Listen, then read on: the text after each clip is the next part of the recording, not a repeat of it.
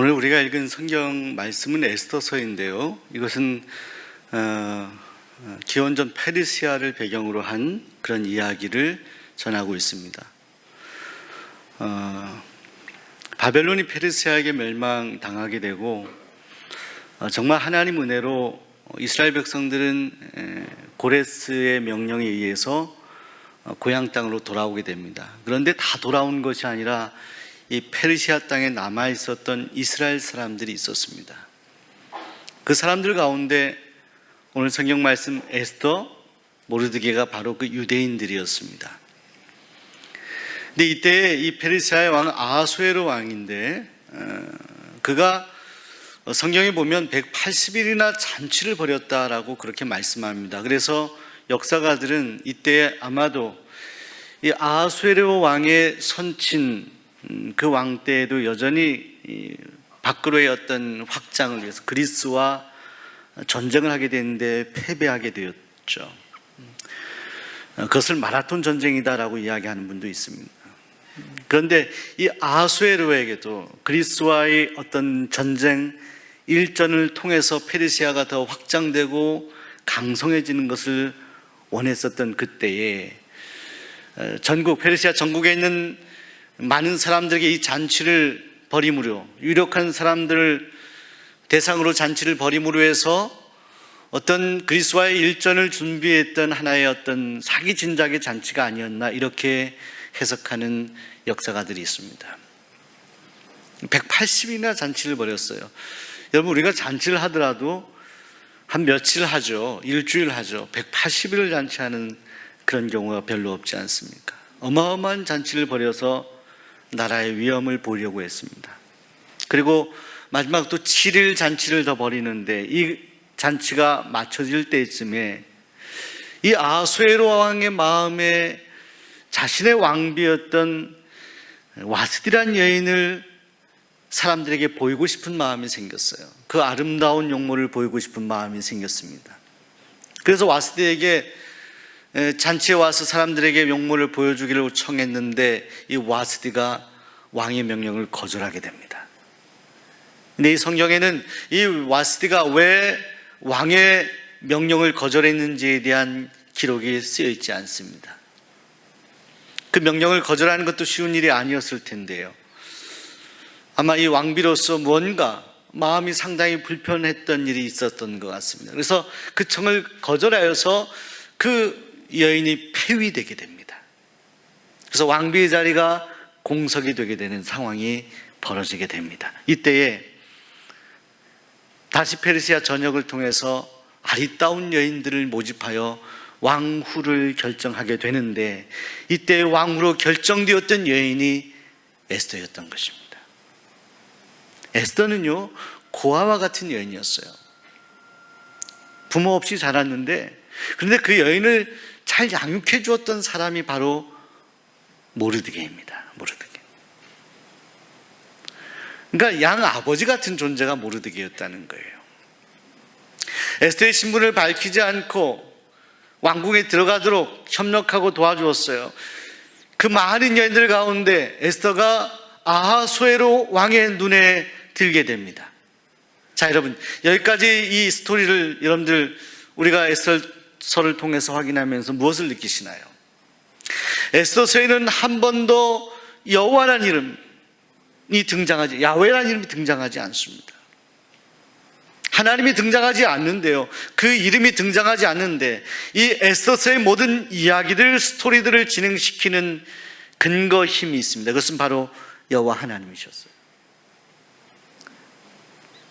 와스디가 폐위된 것도, 수많은 여인들 가운데 에스더가 그 자리에 들어가서 아하수의 왕의 눈에 든 것도, 이것은 전적인 하나님의 은혜였고 선택이었던 것을 우리는 이 에스더서를 통해서 느낄 수가 있어요. 자, 유대인이었던 에스더가 왕비가 되었기 때문에 이제 페르시아 땅에 유대인들이 처우가 좋아지고 좀 개선되어야 될 텐데, 문제는 뭐냐면 이 에스더가 왕비가 되었을 때 자신의 유대인의 신분을 밝히지 않았어요. 모르드게가 그렇게 이야기해서 밝히지 않도록. 그런데 문제가 생깁니다. 당시 총리였던 하만이라고 하는 사람이 얼마나 교만한 사람인지, 자신이 마치 신인 것처럼 아하수에로의 왕이 어떤 신임을 받았다라고 교만하여 사람들에게 무릎을 꿇도록 하죠. 그런데 무릎 꿇지 않았던 모르드게가 눈밖에 나게 됩니다. 미운 털이 박히게 되어서 모르드게가 유대인이었던 걸 알았던 이 하만이 전국에 조서를 내려서 이 유대인들을 시멸족시키려고 죽이려고 계획을 하게 됩니다. 자, 이 위기 때에 모르드게가 왕비가 되었던 에스더에게 하닥이란 사람을 통해서 왕에게 가서 절실히 이 문제를 이야기하고 유대인을 구출해달라는 SOS를 치게 됩니다. 그런데요, 에스더는 이런 모르드게의 청을 처음에 거절합니다. 내가 왕을 30일 동안 보지 못했는데 당시에 어떤 관례나 법으로 왕이 오라 할 때 여인들이 와야죠. 왕비라 할지라도 그런 명령이 없을 때 30일이나 보지 않았던 왕에게 불쑥 나타나서 왕의 면전에 나타나는 것은 결례일 뿐만이 아니라 상당히 위험한 일이었다는 것이죠. 할 수가 없습니다. 모르드게가 다시 그런 에스더의 뜻을 확인하고 다시 전가를 보냅니다. 다시 뜻을 보내요. 오늘 13절 14절에 이렇게 기록되어 있는 겁니다. 모르드게가 그를 시켜 에스더에게 회답하되 너는 왕궁에 있으니 모든 유다인 중에 홀로 면하리라 생각하지 마라.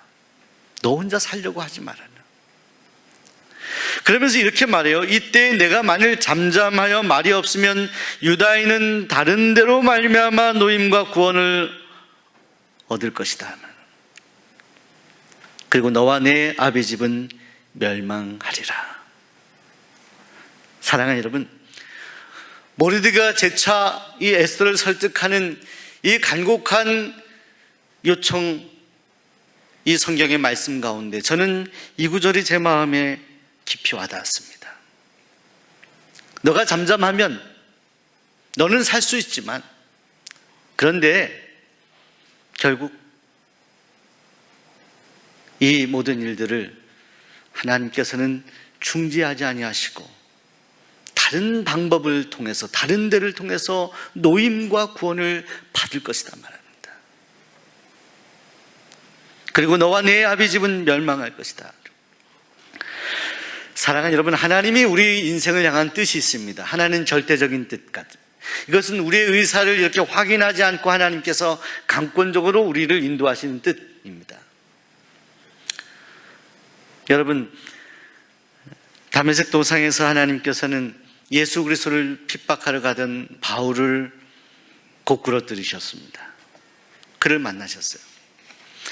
우리 금요 심야 집회 때, 성령 집회 때 지금 사도행전을 함께 나누고 있는데 아주 포악하였던 그 스데반 집사님이 돌에 맞아 죽는 그 현장에서 옷을 벗고 사람들이 돌을 던지는데 그 옷을 맡아주었던 사람이 바로 젊은 바울, 사울이었습니다. 그런 사울이었어요. 그리고 그 사울이 예수 믿는 사람들을 아주 심하게 모욕하며 핍박하고 잡아서 죽이려고 하는 기세등등한 원수와 같은 존재였죠. 그런데 그를 하나님이 만나셨어요. 예수님이 그를 다메섹 도상에서 만나셔서 나는 내가 핍박하는 예수이다라고 말씀합니다. 자, 여러분, 이것은 무엇일까요? 하나님께서 사도 바울을 선택하셨던 것은 무엇일까요? 이것은 하나님의 절대적인 뜻이에요. 이건 사도 바울의 의사와 관계없이 하나님이 강권적으로 행하신 뜻이에요. 그런 하나님의 뜻이 있습니다. 근데 하나님은 그렇게만 역사하시지 않고 때로 우리의 의사를 묻습니다. 오늘 에스더에게 묻는 것처럼, 사랑하는 딸아, 오늘 모르드게를 통해서 너 혼자 노임을 받을 수는 있겠지만 너가 만약에 이때의 왕에게 나아가지 아니하면 나는 유다인들을 구출하는데 너가 아닌 다른 방법을 통해서 이 일을 이룰 것이다. 사랑하는 여러분, 우리가 주님의 일을 할 때 우리가 절대로 빠지지 말아야 될 일이 있습니다. 오해하지 말아야 될 일이 있다는 거예요. 우리에게 하나님이 어떤 일을 맡겨주실 때 그것이 때로는 부담이 되는 일일 수 있습니다. 마음의 짐이 되는 일일 수 있습니다. 근데 그 일을 맡겨주신 것은 하나님께서 오늘 우리를 은혜 주시고 더욱더 축복하시기 위해서 주시는 선물이에요. 우리에게는 부담이지만. 그런데 만약에 우리가 그 일을 거절하고 거부하면 하나님께서는 그 일을 중단하시는 게 아니라 하나님은 다른 사람을 통하거나 다른 방법을 통해서 일하신다는 겁니다. 이게 하나님의 일이에요. 하나님의 허용적인 뜻입니다. 우리의 마음과 우리의 생각과 우리의 소원을 보시면서 결정하신 하나님의 뜻. 하나님은 하나님의 일을 맡아서 순종하는 자를 통해 역사하시는데 만약에 그 일을 거절하면 하나님은 그 사람을 치우고 다른 사람을 통해서 일하신다는 거예요. 하나님은 에스더에게 기회를 주셨는데 근데 에스더는 왕비가 된 이후에 하나님께서 모르드게를 통해서 전하는 그 뜻이 너가 왕 앞에 면전에 가서 유대인을 살리라고 한 것이 너무 큰 부담이 되었던 거예요. 하나님은 오늘도 하나님의 뜻을 이룰 사람을 찾고 계십니다. 우리 곁에 계신 분들에게 하나님이 당신을 찾고 계십니다.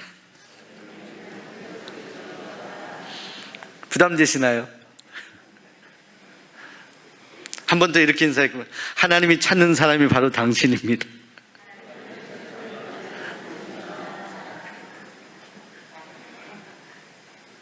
우린 자꾸 주변을 둘러보는데 때로 우리가 기도할 때 말씀 볼 때 하나님은 충분히 말씀하세요. 사랑하는 아들아, 사랑하는 딸아, 이건 다른 사람의 일이 아니야. 이건 내가 너에게 맡겨준 일이야. 피하지 마라. 그 일을 놓지 마라. 하나님은 에스더를 사랑하셨죠. 그래서 하나님께서는 그 일을 맡겨주셨습니다. 우리는 하나님이 어떤 일을 맡겨주셨을 때 우리가 절대 가지지 말아야 될 생각은 나 아니면 안 된다라는 교만도 버려야 됩니다. 그러면서 하나님이 맡기신 일을 우리가 맡아서 감당해야 됩니다. 에스더에게는 위기의 순간이었고 부담이 되는 순간이었지만 하나님은 원대한 계획을 가지고 계셨어요. 기적 같은 계획을 가지고 계셨어요. 드라마의 반전을 이루기 위한 하나님의 생각이 있었습니다. 그 일을 에스더를 통해서 이루시길 원했던 건데 에스더는 너무 큰 부담이 되어서 처음에 못하겠노라고 거절했습니다.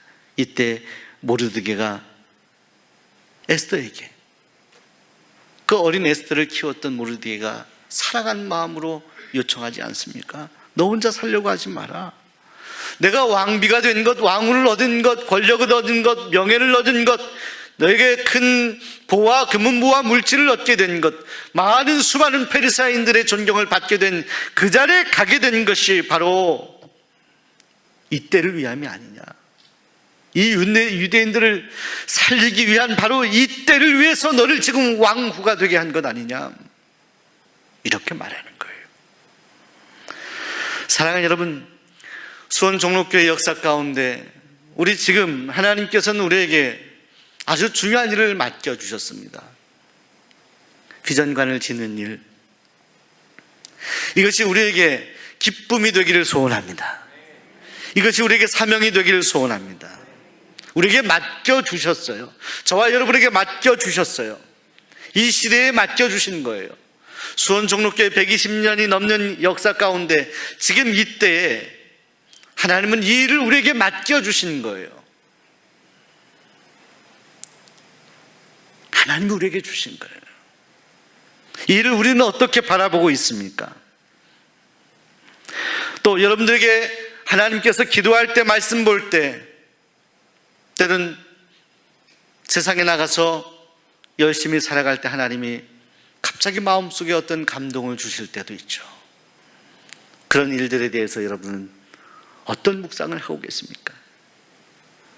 우리에게 무언가를 요청하시는 하나님의 음성에 대해서, 부담스러운 그런 요청에 대해서 우리가 그것을 어떻게 수용하고 있느냐 있는 거죠. 여러분, 이런 이야기가 있습니다. 조크인 것 같습니다. 어떤 경찰이 속도 위반하는 차량을 잡았는데 빨리 달려서가 아니라 너무 느리게 달려서 그 차를 잡았다고 합니다. 보니까 20km로 달리고 있어요. 거긴 80km, 100km로 달려줘야 되는 데인데 너무 천천히 다니니까 차를 세워서 보니까는 어떤 연세가 많으신 할머니가 운전하고 있었어요. 그래서 왜 이렇게 천천히 달리시냐고, 위험하다고 했더니 나는 규정 속도대로 달렸다라는 것입니다. 그래서 무슨 말이냐 봤더니 할머니가 여기 교통표지판에 20이라고 쓰여져 있어서 나는 20km로 달렸다 하니까 교통경찰이 그것은 20km가 아니라 20번 국도입니다. 이렇게 20번 국도인도를 20km로 달린 거예요. 근데 갑자기 뒤에 보니까 할머니 몇 분이 더 타 계신 거예요. 그 할머니들이 아주 사색이 되어 있었어요. 부들부들 떨고 있어서 경찰이 왜 그러시냐고 물어봤더니 그 할머니들이 그러는 거예요. 우리가 이 20km로 달리기 전에 그 전에 우리가 180번 국도를 달리고 있었다고. 이해되시나요? 180km를 달렸다는 거죠. 여러분, 우리가 살아가면서 때로는 오해할 때도 있어요. 우리가 놓칠 때도 있고요, 무지해서 깨닫지 못할 때도 있습니다. 자, 그런데 우리가 이 시대 가운데 또 우리에게 중요한 사명 같은 것을 주셨을 때 우리가 놓지 말아야 될, 분명히 붙잡아야 될 깨달음 같은 것이 있다는 거예요. 오늘 에스더에게 주신 명령처럼 오늘 너에게 준 생명 같은 것, 내가 생각하는 정말 소중한 것 같은 일, 그런 가치들, 그런 시간들, 그런 권력, 그런 명예, 세상적인 지위, 물질, 이런 것들이 있을 때 하나님이 우리에게 어떤 중요한 일을 맡겨주셨을 때 하나님은 에스더에게 말씀하시는 것처럼 이것은 너에게 지금까지 너에게 베풀었던 것은 어쩌면 바로 이때를 위한 것 아니냐라고 오늘 우리에게 말씀하는 것 같습니다. 우리에게 주신 것을 사용하라고. 우리 인생은 짧습니다. 우리 인생 가운데 한번 하나님께서 진지하게 부탁하셨을 때 그 명령을 우리가, 에스더가 그 명령, 하나님의 모르드게를 통해 주신 명령을 마음에 새기고 고민하였던 실존처럼 우리가 고민하며 나아가야 되지 않을까요? 여러분, 신약성경에 보면 예수님의 비유 가운데 달란트 비유가 있습니다. 5달란트 종들에게, 그리고 2달란트, 그리고 1달란트를 주었습니다. 5달란트 받은 종은 5개를 남겨, 2달란트 받은 종은 2달란트를 더 남겼습니다. 1달란트 받은 종은 1달란트를 남겼을까요? 땅에 묻었습니다. 그걸 사용하지 않았어요. 나중에 주인 와서 물어보죠. 왜 그랬냐고. 핵심적인 내용은 그는 주인을 잘못 오해하고 있었고요, 그리고 1달란트를 사용하다가 이것마저도 잃어버리면 어떨까라는 그런 소심한 마음이었던 것입니다. 비록 적은 것이었지만 그 1달란트는 기꺼이 땀 흘리며 사용해야 됐던 하나님이 주신 탤런트였어요. 하나님이 주신 선물이었어요. 사랑하는 여러분, 오늘 우리에게 때로 하나님께서 세상을 살아가면서 우리가 이루어 놓은 것 같은 일들, 에스더가 마치 왕후가 된 것처럼 오늘 우리에게 이루어 놓은 것, 정말 우리가 기도하며 생각할 때 이것은 도저히 우리 스스로가 아니라 하나님이 주신 축복이다, 하나님이 주신 은혜이다, 하나님이 주신 선물이다라고 생각하는 일들이 있습니다. 그리고 화려하진 않지만 우리가 살아가면서 때때로 1달란트 같이 비록 보잘것없지만 이것이 하나님이 주신 것이다라고 생각하는 그런 선물이 있습니다. 그런데 그때 우리가 그것을 어떻게 인식하느냐, 그리고 그때 우리에게 하나님께서 어떤 사명감을 주시고 어떤 귀한 일들을 하실 때 우리가 그것을 진정 주님을 위해서 사용할 수 있는 마음이 있는지를 한번 확인하면 좋겠다는 것입니다. 에스더는 고민했어요. 왜? 왕 앞에 나아가는 것은 죽음을 불사하고 나아가야 되는 것이었기 때문입니다. 그런데 그 에스더의 마음에 성경은 나와 있지 않지만 하나님의 영이 역사하기 시작했습니다. 16절 말씀을 보시게 되면 이렇게 모르드게에게 요청하게 됩니다. 당신은 가서 수산에 있는 유다인을 다 모으고 나를 위하여 금식하되 밤낮 3일을 먹지도 말고 마시도 마소서. 나는 금식한 다음에 왕의 규례를 어기고 왕께 나아가겠습니다. 죽으면 죽으리이다. 소심했던 에스더의 마음이 변화되는 거예요. 죽으면 죽으리이다. 자신의 왕비의 자리를 내어놓겠다는 것이 아니라 내가 목숨을 던지는 일이 있으면 내가 생명까지 내어놓겠다는 거예요. 하나님의 뜻을 에스더가 깨달았어요. 하나님이 무엇을 원하시는지를 알게 되었어요. 그리고 나서 그의 판단과 그의 행동과 실천이 달라지는 겁니다. 금식을 부탁하고 내가 왕 앞에 나아가겠노라고 결단하게 됩니다. 내가 죽음을 불사하고라도 하나님의 뜻을 이루겠다라고 결정하게 됩니다.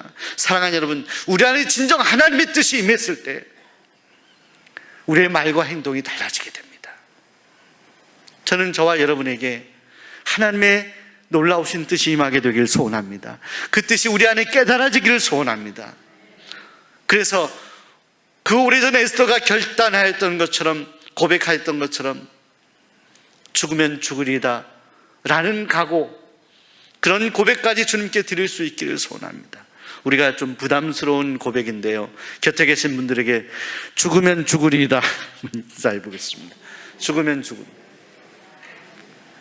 자, 그런데 여러분, 이것이 부담스러운 명령으로 들리시는 여러분, 그런데 생명은 누가 주관하시죠?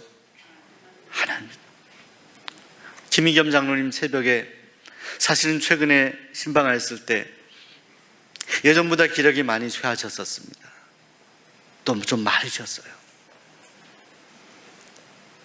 그래서 저는 기도하면서 예전보다 신방을 많이 이렇게 가벼웠는데 하나님의 때가 가까워오시는 것인가, 이런 고민을, 기도를 하였었죠.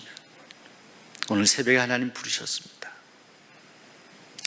여러분, 우리의 생명은 하나님의 손에 있습니다. 그런데 우리의 생명을 우리가 누구를 위해서 사용하느냐, 나에게 생명을 주신 분을 위해서 사용해야 됩니다. 우리는 우리에게 주어진 것들을 우리에게 주신 분을 위해서 사용해야 되는 거예요. 그것이 우리 인생의 삶의 목적이 되어야 하는 것입니다. 그런데 문제는 우리가 죽으면 죽으리다 각오하고 나서도 때로는 우리의 마음이 연약하여 흔들린다는 거예요. 때로는 우리가 무지하다는 거예요. 부족하다는 거예요. 하나님의 뜻을 실천하기에 우리는 너무나 연약하다는 거예요. 제가 오래전에 1998년도인가 본 영화 가운데 편지라는 영화가 있습니다. 전에 소천했던 우리 최진실 양, 박신양 이런 배우들이 나온 한국 영화인데요, 두 남녀가 사랑해서 결혼하게 됩니다. 그런데 남자가 불치의 병에 걸리게 됩니다. 그리고 사랑하는 아내를 두고 떠나게 돼요.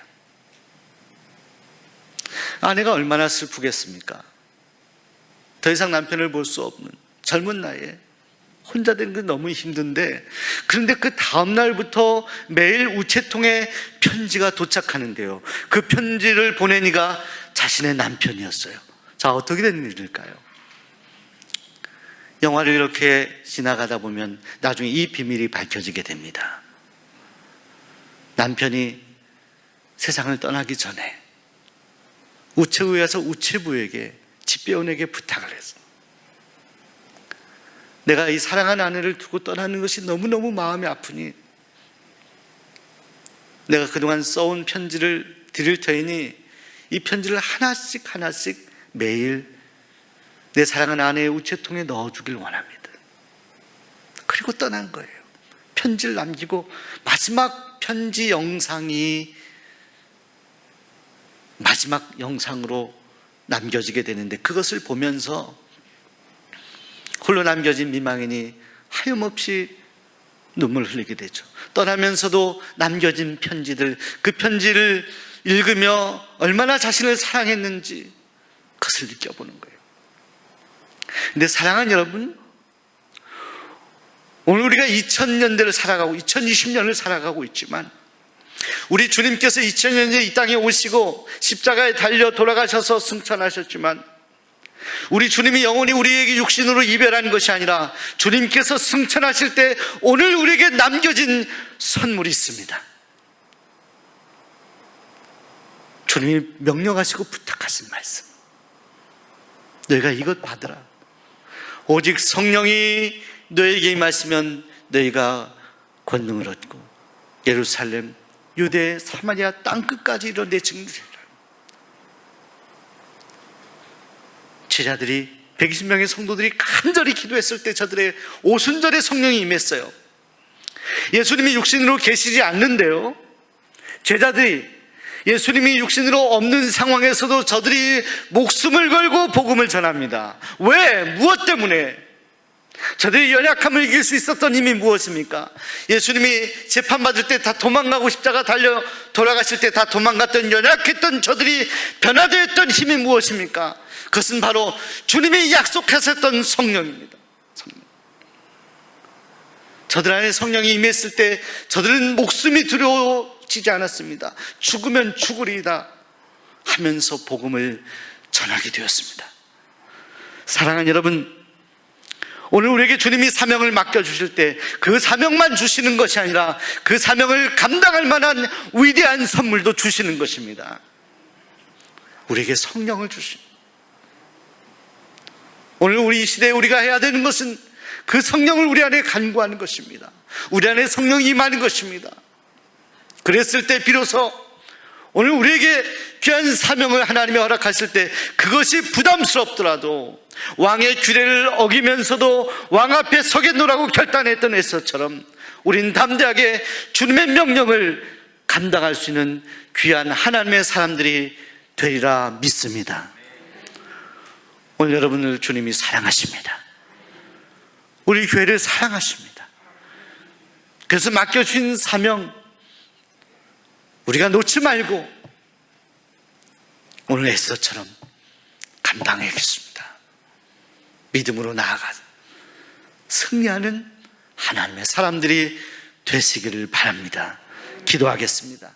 하나님 아버지 감사합니다.